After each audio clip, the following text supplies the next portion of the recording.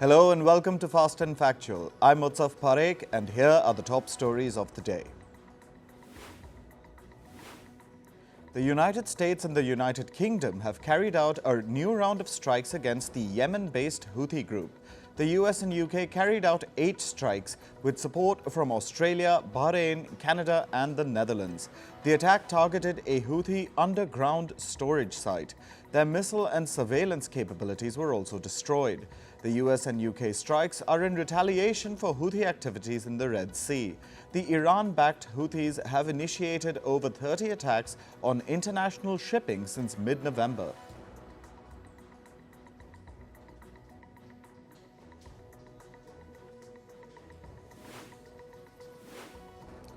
Meanwhile, the US has denied claims that the Houthis attacked an American cargo ship. Earlier, the group claimed responsibility for an attack on a US-flagged ship in the Red Sea. However, the US naval forces have said that the attack was patently false.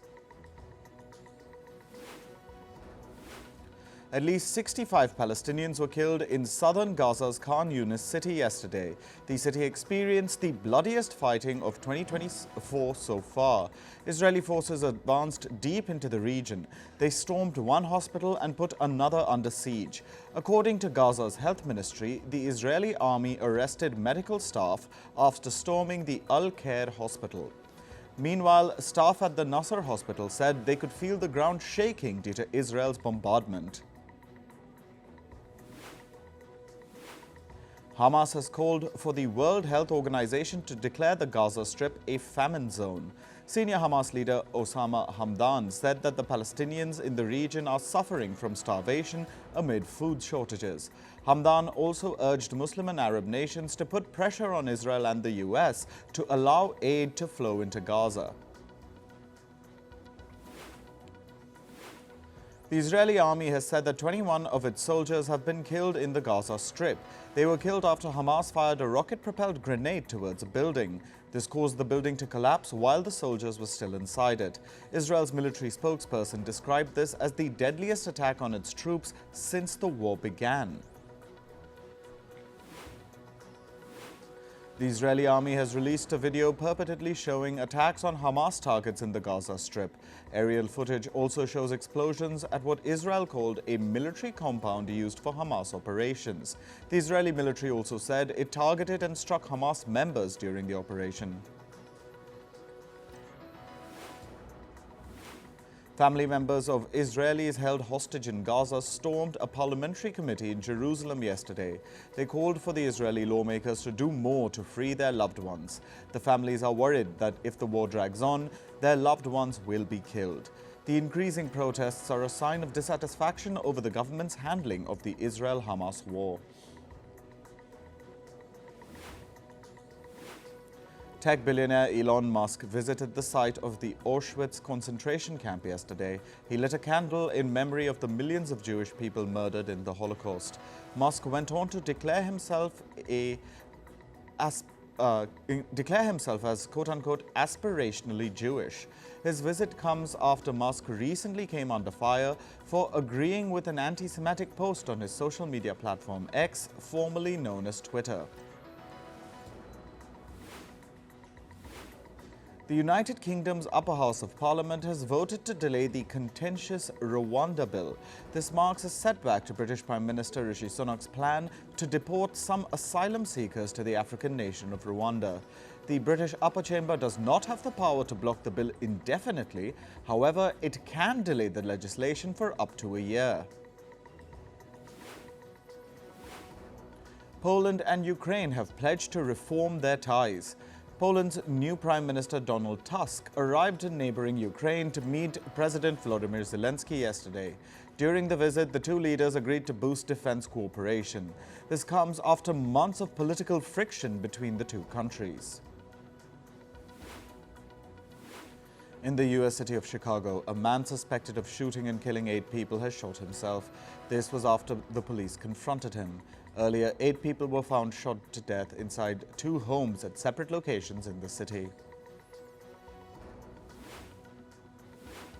The South American nation of Venezuela has issued 14 arrest warrants against some civilians and former military personnel. This is for allegedly conspiring against the government and President Nicolas Maduro. Earlier this month, Maduro said that conspiracies against him and high-ranking government figures had been quashed. This allegedly included assassination plots against Maduro and Defense Minister Vladimir Padrino.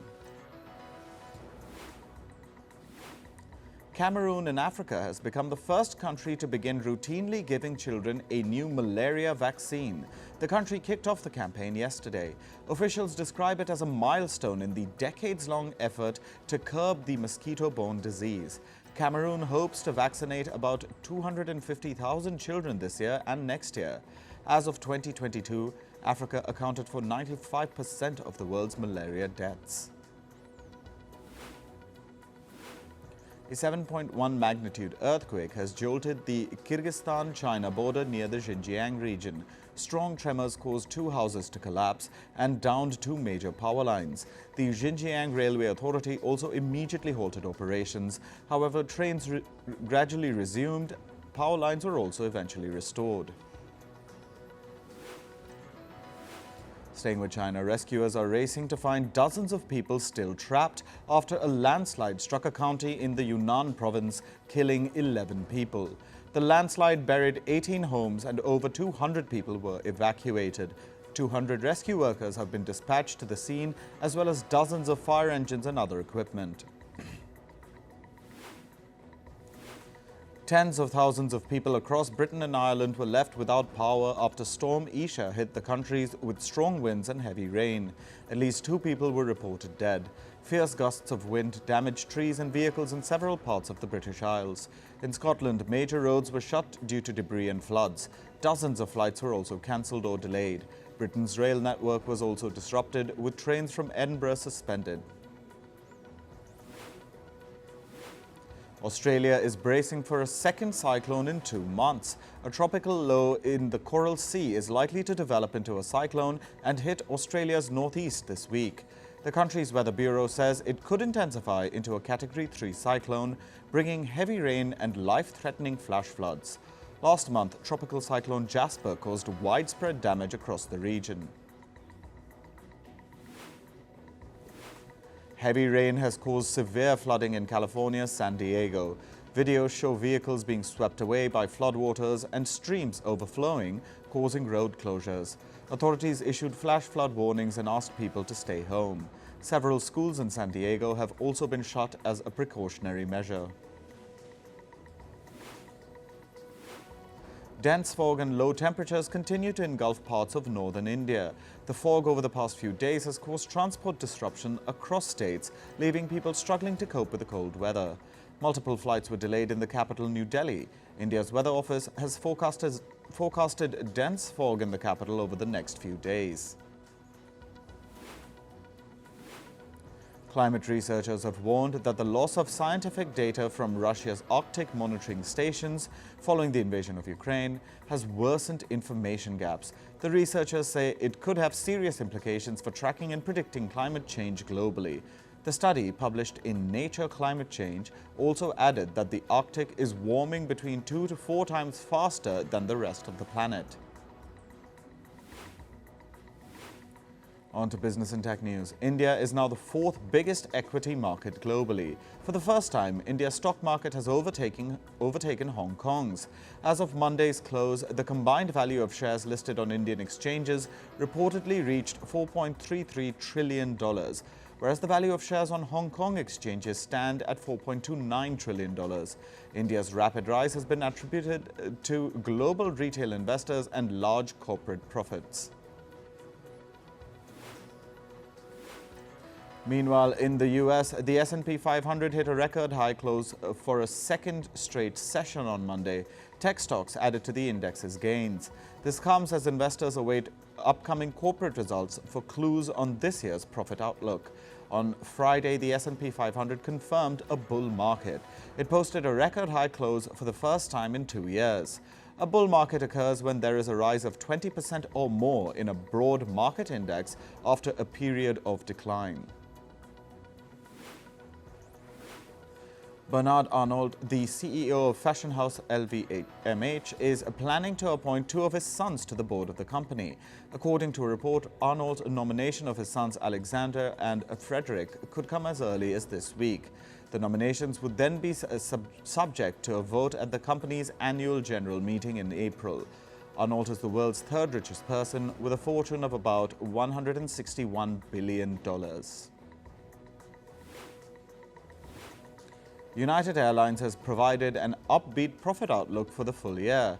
This comes despite a warning of wider than expected loss in the present quarter. The warning comes due to the grounding of Boeing 737 MAX 9 airplanes. Earlier this month, the U.S. aviation regulator grounded the Boeing aircraft that was after a door panel in one of its jets blew out mid-air. Australia has imposed cyber sanctions on a Russian man. This is over his role in a breach of the insurance company Medibank. Financial sanctions and a travel ban have been imposed on the Russian citizen. In 2022, Medibank said that a hacker stole the personal information of nearly 10 million customers. The data was then released on the dark web. It was one of Australia's biggest data thefts. Shares of food processing company Archer Daniels Midland slid 20% in morning trading yesterday. This comes as the company said it is investigating certain accounting practices in its nutrition division. ADM has also placed its CFO Vikram Luthar on administrative leave amid the investigation. China's regulator has reportedly removed draft video game rules from its website. This has prompted a rise in the share prices of gaming companies like Tencent and NetEase. Some analysts describe the removal as unusual. Meanwhile, others believe that regulators will likely revise the rules. Last month, China proposed rules aimed at curbing spending and rewards that encourage playing video games. Tencent's Riot Games is planning to lay off 530 employees. This will wipe off about 11% of its staff globally. Riot is known for popular games like League of Legends.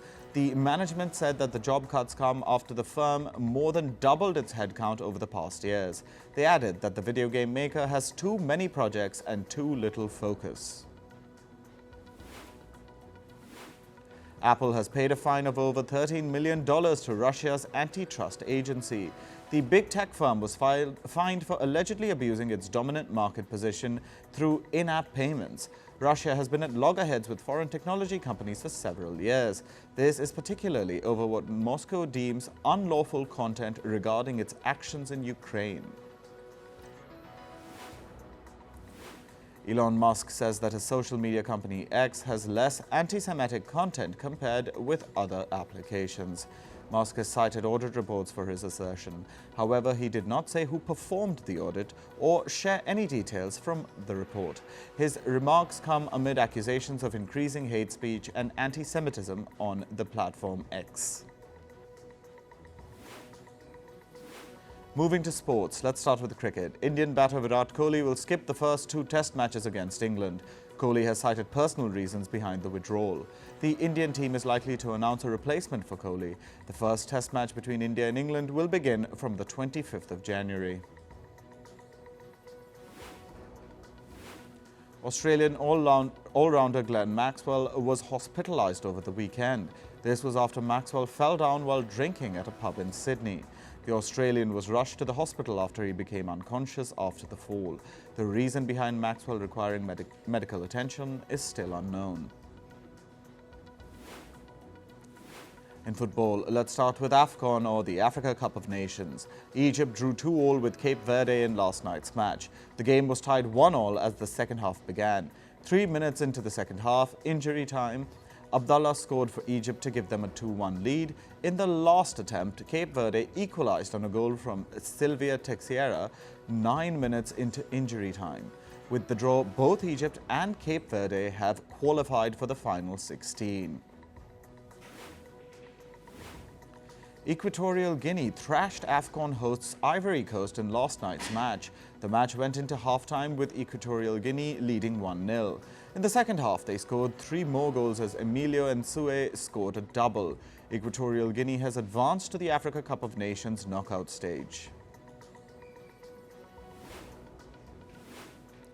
Ghana drew 2-2 with Mozambique in last night's match. Ghana conceded twice in the second half injury time to throw away their 2-goal lead. With the draw, Ghana are now on the verge of being eliminated from the Africa Cup of Nations. Their exit will be confirmed if tonight's match between Gambia and Cameroon ends with either side winning.